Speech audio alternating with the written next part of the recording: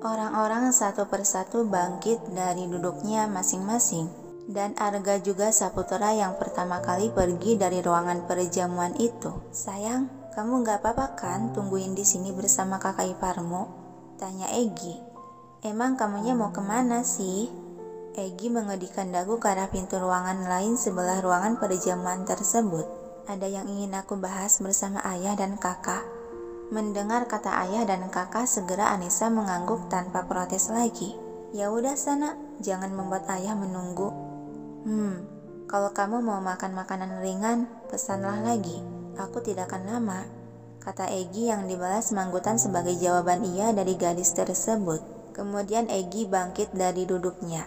Sejenak dia memberikan kecupan kilas di pipi dan puncuk kepala sang istri. Barulah beranjak pergi bersama Alex juga datang ke ruangan yang dituju.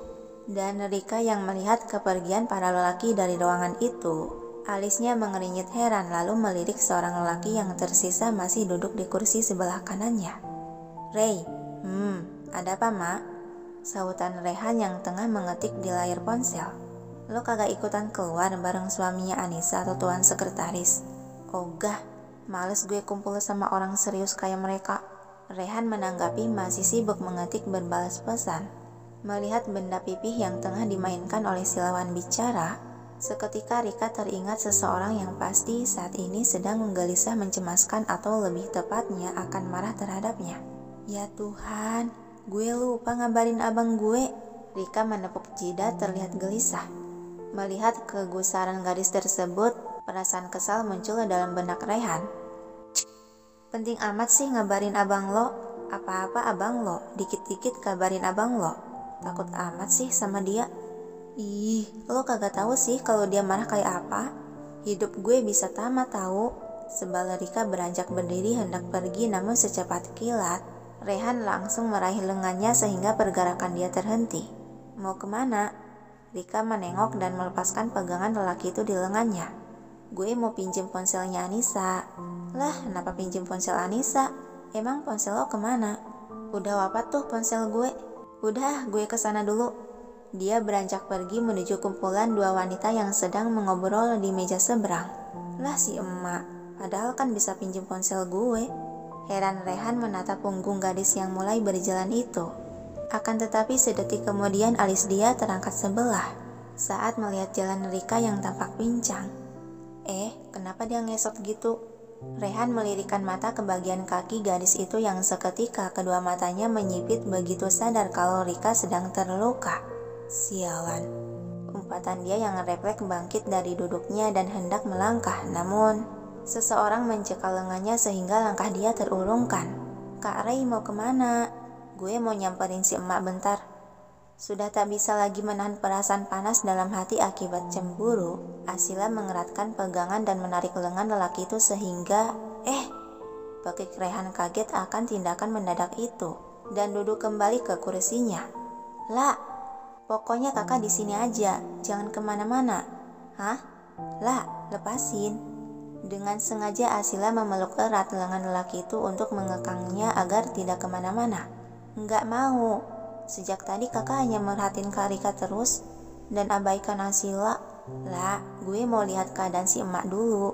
"Enggak, pokoknya enggak." Anjrit dah, adiknya si Salegi.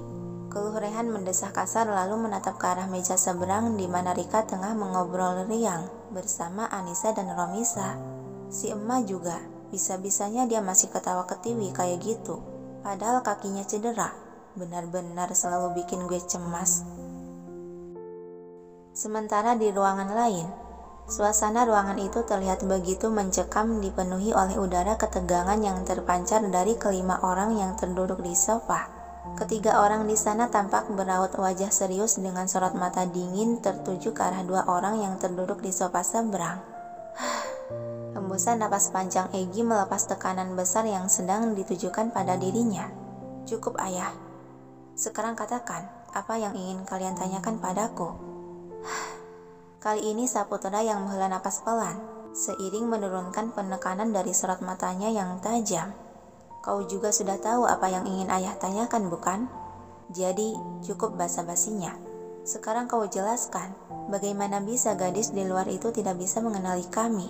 Pandangan Egy menatap lurus pada orang di seberang yang sedang menatapnya juga. Memang kenapa dia harus mengenali ayah? Dia kan hanya orang luar. Egy, sentakan Arga menatap tajam, yang langsung ditahan oleh Saputra mengangkat sebelah tangan sebagai isyarat agar tetap tenang. Jelaskan, mengapa kau bisa berkata seperti itu terhadap Nikamala? Baiklah. Egy melirik ke arah lelaki di sebelahnya yang masih terdiam menundukkan kepala. Lex, kau bawakan berkas itu? Alex hanya mengangguk sambil bergerak mengeluarkan sebuah berkas dari tas kerja yang sempat dia ambil dari mobil, lalu menaruhnya ke atas meja. Ayah dan kakak bisa lihat sendiri, kata Egy melirikkan mata ke arah meja. Seketika kedua netra Hazel itu melirik ke arah tunjuk dengan alis berkerut penasaran. Lalu dengan cekatan sekretaris Tang mengambilkan berkas tersebut untuk diberikan kepada tuannya, yang langsung diterima oleh Arga, dan mulai membuka lembaran berkas itu yang seketika membuat Saputra dan Arga membisu mencerna. Sebelum membawa dia kemari, aku telah memastikannya kalau dia bukan Nikamala. Akan tetapi aku juga merasa penasaran, bagaimana bisa orang asing bisa memiliki kemiripan yang sama persis seperti dia. Yah, makanya kau mengirim Sean ke desa tempat tinggal gadis itu kan?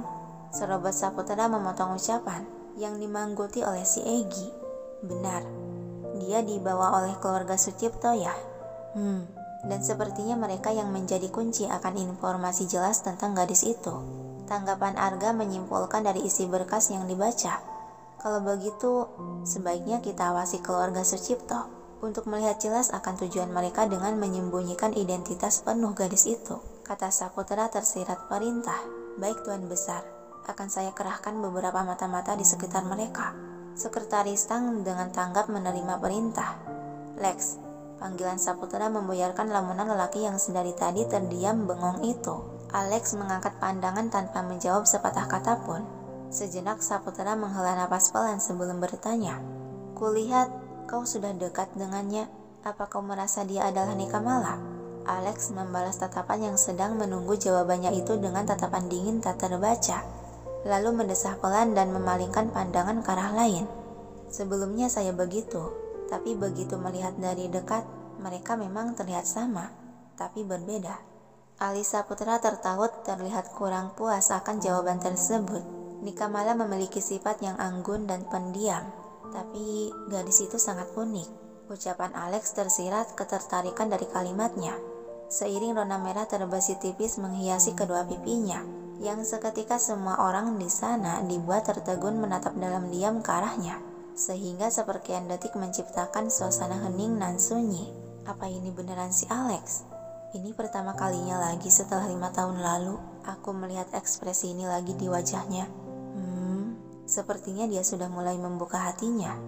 Pikiran-pikiran keterkejutan dari benak ketiga pria yang menatap Alex berbeda dengan Saputra yang mengulas senyuman tipis. Sepertinya mulai sekarang Adirga tidak akan mengeluh lagi. Batinnya menganggap ucapan itu sebagai berita bagus. Sementara di sisi lain, di Bandara X, dalam transportasi udara itu sudah dipenuhi oleh orang-orang yang memiliki tujuan berbeda, namun dengan keinginan yang sama, yaitu sampai ke pendaratan di ibu kota Jakarta. Dan di bilik lain yang terpisah dari bilik yang ramai oleh penumpang, yang biasa disebut kabin first class. Dalam kabin itu terlihat kosong, hanya ada satu orang saja yang mengisi kursi dari sederetan kursi. Raut wajah lelaki itu memerah, sudah dikuasai oleh emosi. Dia sedang berbicara dengan seseorang dari ponsel yang ditempelkan di telinganya. Saya kan sudah bilang jangan biarkan Riri keluar rumah. Kenapa kalian malah membiarkannya keluar rumah? Bahkan sampai malam begini belum pulang. Jika terjadi sesuatu padanya, kalian akan tahu akibatnya. Terdengar suara gemetar permohonan maaf dari seberang telepon, malah membuat Pran semakin bertambah emosi. Saya tidak mau tahu. Cari Riri sampai ketemu. Jika saya sampai rumah dia masih belum pulang, tunggu terima hukuman kalian. Peringatan Frans tersirat ancaman lalu mematikan panggilan secara sepihak. Dang. Lutut Frans mengusap wajah secara kasar seiring mendesah kasar. Riri, kamu di mana? Gumamnya pelan, terlihat jelas perasaan dia saat ini sangat kacau penuh oleh kegelisahan. Suara dari menyaring berasal dari ponsel yang masih dipegang kuat. Frans menatap layar ponsel yang menunjukkan nomor tak dikenal. Walau enggan, dia menggeser kursor ke tombol hijau lalu menempelkan benda pipih tersebut ke telinga. "Siapa?" Dia langsung mengajukan pertanyaan. "Kak Frans, ini aku." Suara gadis yang amat ingin dia dengar menyahuti dari seberang. Serasa mengangkat beban berat di hati dan pikiran sampai Frans tampak antusias bernapas lega. "Riri, kenapa nomormu tak aktif terus? Dan nomor siapa ini yang kau pakai, hah?" "Tidak, bukan itu yang terpenting. Di mana kamu sekarang?" Pertanyaan beruntun Frans oleh saking cemasnya. "Duh, Kak, tanyainnya satu-satu dong. Dan maaf soal nomorku yang gak aktif karena ponselku rusak. Ini juga aku pinjam ponsel temanku." Hembusan napas panjang Frans merasa kegelisahannya perlahan menurun. "Sekarang kamu di mana, Riri? Kenapa sudah malam begini belum pulang? Kau kan sudah berjanji akan selalu ingat perkataanku." Terdengar hela napas pelan dari seberang telepon sebelum bersuara dengan nada rendah. "Maafin aku, Kak.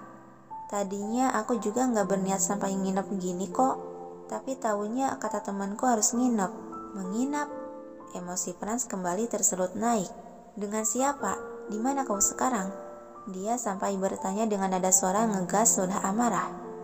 Aku bersamaan Nisa, Tuan. Pesawatnya hendak take off. Mohon dimatikan ponsel Anda." Kata salah satu kru wanita menegur membuat suara Rika teredam tak terdengar jelas.